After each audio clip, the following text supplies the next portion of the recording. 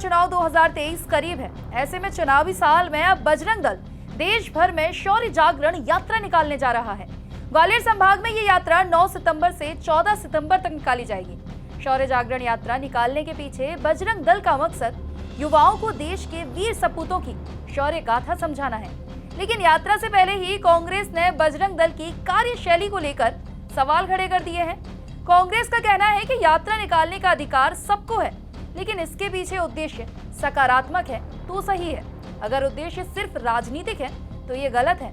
हालांकि बीजेपी इस पूरी यात्रा को सही बता रही है और कह रही है कि हिंदू समाज और हिंदू शक्ति को एकत्रित करना कोई गलत बात नहीं है। हे भारत के राम जागो, मैं तुम्हें जगाने आया हूँ, सब धर्मों का एक धर्म बलिदान बताने आया हूँ। इसी संदेश को लेकर बजरंग दल देश भर में शौर्य जागरण यात्रा का शंखनाद करने जा रहा है।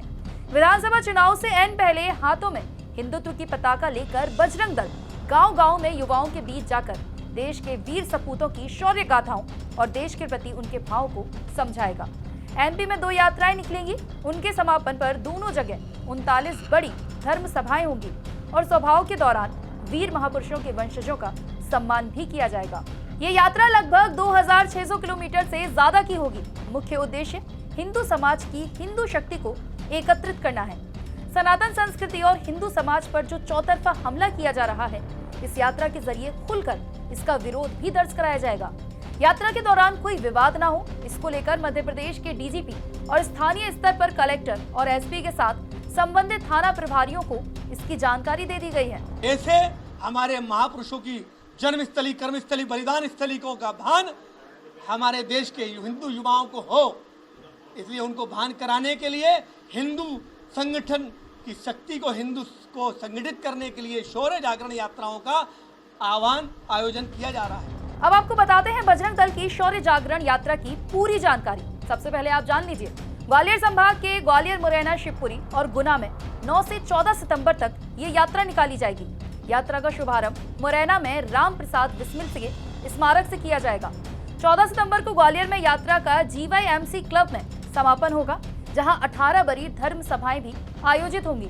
यात्रा 6 प्रखंडों के 32 जगहों से गुजरेगी।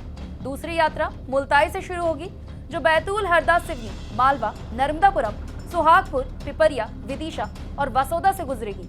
17 सितंबर को यात्रा का समापन भोपाल में होगा। वहां 21 धर्म सभाएं भी आयोजित की जाएंगी। बजरंग दल हमेशा से कांग्रेस के निशाने पर रही है।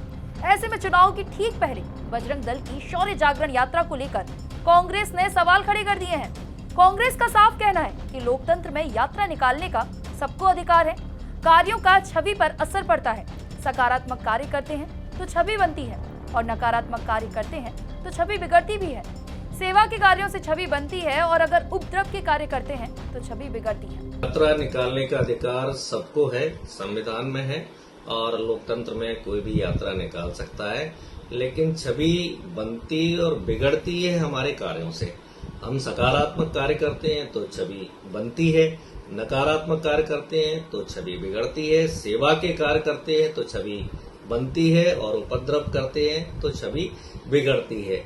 ये जो संगठन यात्रा निकाल रहा है, ये इसका उद्देश्य क्या है? यदि उस उद्देश्य सकारात्मक है तो ठीक है, और उद्देश्य नकारात्मक है, केवल चुनावी उद्देश्य है, तो फिर ये गलत है। बजरंग दल की कार्यशैली को लेकर कांग्रेस कई बार आरोप लगा चुकी है। ऐसे में शौर्य जागरण पदयात्रा पर कांग्रेस के सवालों पर बीजेपी ने भी जवाब दे दिया और कहा कि अपनी संस्कृति और हिंदू समाज संस्कृति शक्ति को इकट्ठा करना कोई गलत बात नहीं है। बजरंग दल अगर शौर्य जागरण यात्रा निकालकर युवाओं को देश के वीर सपूतों की गाथा और उनके विचारों से जोड़ना चाहता है, तो आखिर इसमें गलत क्या है? देखिए, जिस तरह से सनातन धर्म के ऊपर लगातार एक तरह से आघात हो रहे हैं और हर कोई उठता है और सनातन धर्म के बारे में, संस्कृति के बारे में कुछ भी उल जलूल बकते हैं। मेरा मानना इसके बारे में इन सब लोगों को एक तरह से एक्सपोज तो कराना पड़ेगा और मेरा मानना अगर इस तरह का कोई यात्रा के माध्यम से ये जनता के बीच में बात ले जाने का प्रयास है तो धन्यवाद दूंगा बजरंग दल को। वास्तव में आज जो हमारी हज़ारों साल पुरानी संस्कृति है, उस संस्कृति से हम जब विमुख होते हैं तब हम पर आपदा आती है। चाहे आज़ादी के पहले की बात हो, चाहे आज़ादी मिलने के बाद जो योजनाएं बनी, जो नीति बनी, वो भारतीय संस्कृति के हिसाब से नहीं बन पाई और इसी कारण 60 साल तक कांग्रेस ने राज किया पर वो परिणाम नहीं दे पाए। और हम देख रहे हैं कि 9 सालों में मोदी जी ने जो परिणाम दिए हैं, आज देश के अंदर भी देश के बाहर भी जो हमारी साख है और इस तरह तेज़ी से हम प्रगति की ओर बढ़ रहे हैं। तो मेरा मानना है कि यही कारण है संस्कृति की, हमारी जड़ों की ओर हमको लौटना पड़ेगा।